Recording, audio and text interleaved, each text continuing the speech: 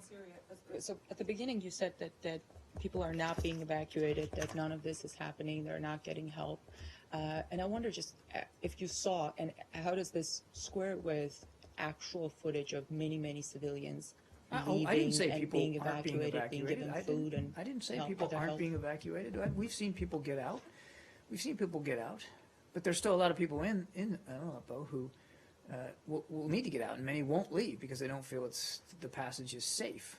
And so, as I said, what I did say was the Secretary talked about the need to develop safe humanitarian corridors so that people feel comfortable going. I've never ever said that people weren't being evacuated or didn't evacuate themselves, but they haven't always been able to do so safely, and so many of them don't want to leave. That is actually something I also want to ask you about.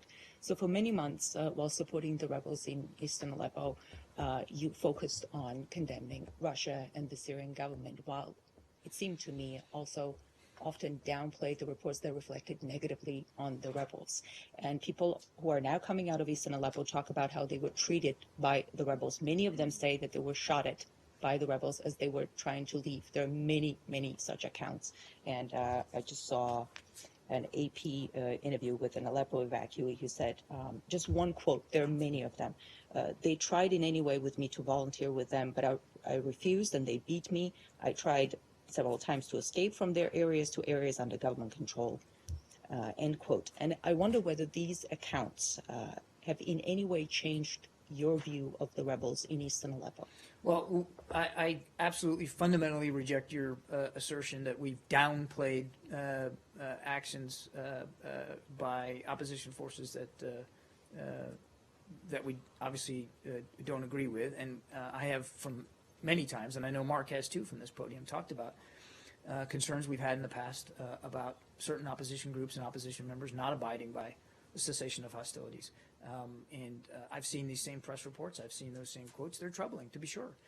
And I can assure you that that there's no opportunity where when we don't have it, that we don't take it to communicate our concerns with opposition groups about their conduct and behavior on the battlefield as well. I mean, we're not bashful about that, and that will continue as things go on.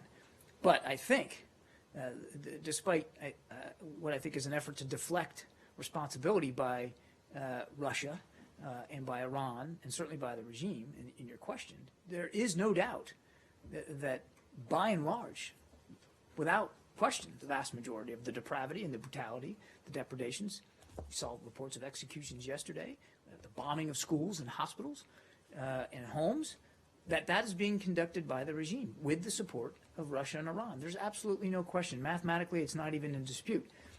I didn't say, and I never said, that that there weren't things that the opposition did that were likewise concerning. We have owned up to that in the past, and we'll continue to do that, and we will continue to express our concern about that. Downplaying reports of the rebels' actions. I mean, no, you said that you said we appear to be downplaying. Yeah, so it's actually based on your response, the response that you gave me in October when I asked you about accounts from civilians who said that they were shot at by the rebels as they were trying to leave, but that they were prevented from leaving. And you said, I can't confirm that report. You know, I don't get into battlefield reports. I'm not going to do that. What is without dispute is that the siege of Aleppo continues. And as I was mentioning earlier, and your question about being held hostage, there should be, and I've seen reports that they are allowed to leave. And then you continued. So that sounded like downplaying to me. That sounded like a pretty darn good answer to me. I'm pretty proud of that one. I got no problem with what I said to you then, and I certainly have no problem with what I said to you now. Sir, Steve. the